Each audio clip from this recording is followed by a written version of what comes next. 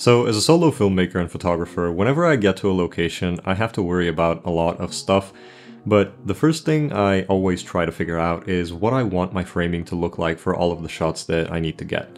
And in this video, we're going to talk about some of the stuff that I look out for whenever I'm trying to find the best possible framing in any location for my videos or my photos. And this is all stuff that you can use for anything as simple as like a YouTube video like this one, or even a big budget production.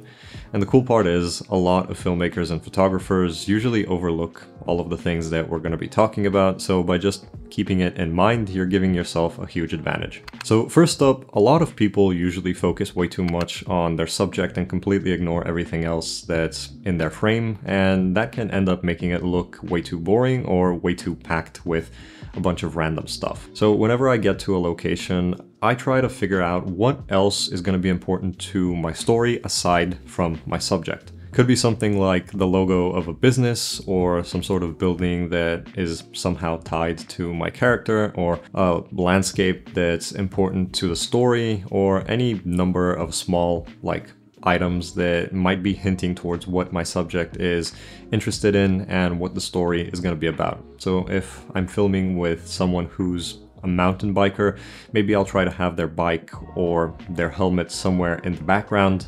And then once I've figured out what other elements are going to be useful to my frame, I try to be very intentional with what I include to try and make the frame itself look interesting, but not way too cluttered with random irrelevant stuff. Next thing to figure out is what camera angle is going to work best for each specific shot. Camera angles are a stylistic choice, and they can probably be a topic for a whole separate video, but in short, in 99% of the situations that I find myself in, I'm going to use one of the following. I might set up my camera to be right in line with my subject's eye line, and that's essentially going to give off this neutral feeling. It's going to make the viewer feel like they're on the same level psychologically as my subject, and it almost feels conversational, and because of that, it's a very safe and easy way to frame up your shots, and you can't really go wrong with it. But if you overuse it, it can also kind of get a little bit repetitive and boring. And that's why if I want to go for something a little bit more stylized, I might choose to shoot up at my subject from a lower angle. That's basically going to make them seem a little bit more prominent and more important in the frame. It's going to give off this feeling of confidence, and it's going to make the subject look a little bit more powerful. And in the same way, if I shoot down at my subject from a higher angle, it's going to make them seem less prominent in the frame. It's going to make them seem a little bit less confident, and it's a good camera angle to use for points in your story where your subject might be a little bit sad, they might be doubting themselves, and maybe you want to introduce some tension. Camera angles are also very important for showing how your subject relates to their surroundings.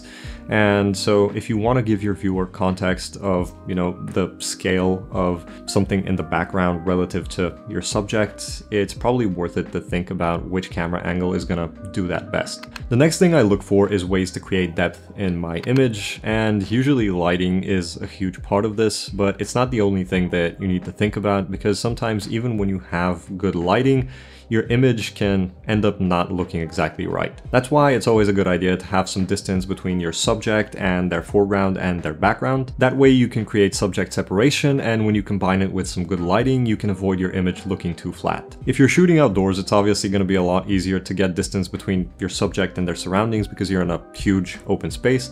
But if you're shooting indoors, something that I always recommend to people is trying to shoot into the corner of a room. That's a great way of creating depth regardless of whether you're working in a small or a large space, and it creates this gradual fall off of focus in the background, which makes your subject stand out.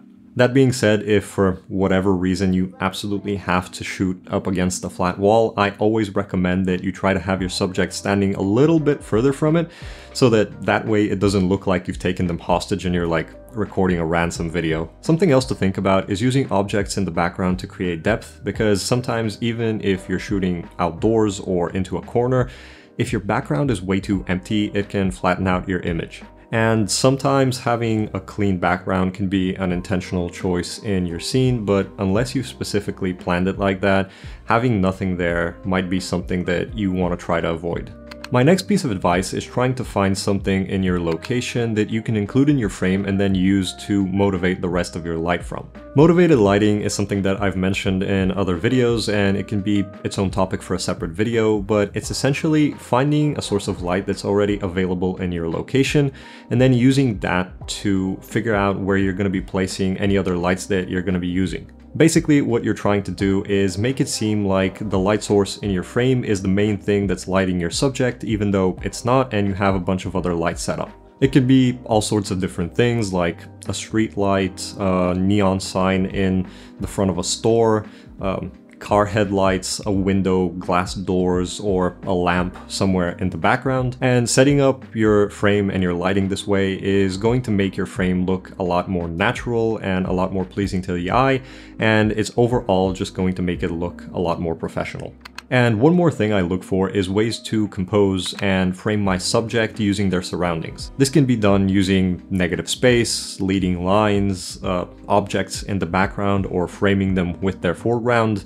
You can also do it by using pockets of light that are already available in whatever location you're shooting in, or ones that you've created using artificial lighting, and then playing around with contrast to make your subject stand out. This kind of ties into that point where I talked about creating depth, and it's basically another way to make your image look a little bit more three-dimensional, and if done right, it can make your shots look a lot nicer. So these are some of the guidelines that I use whenever I'm trying to make my images look better, and at this point it's almost become second nature for me to look for these things whenever I get to any location. That being said, sometimes if you can't get your shot looking exactly the way you want it, using these principles is still going to make it a lot easier to still get a nice looking image than it would be if you just pointed your camera in a random direction hoping that you would get something good by just pure luck.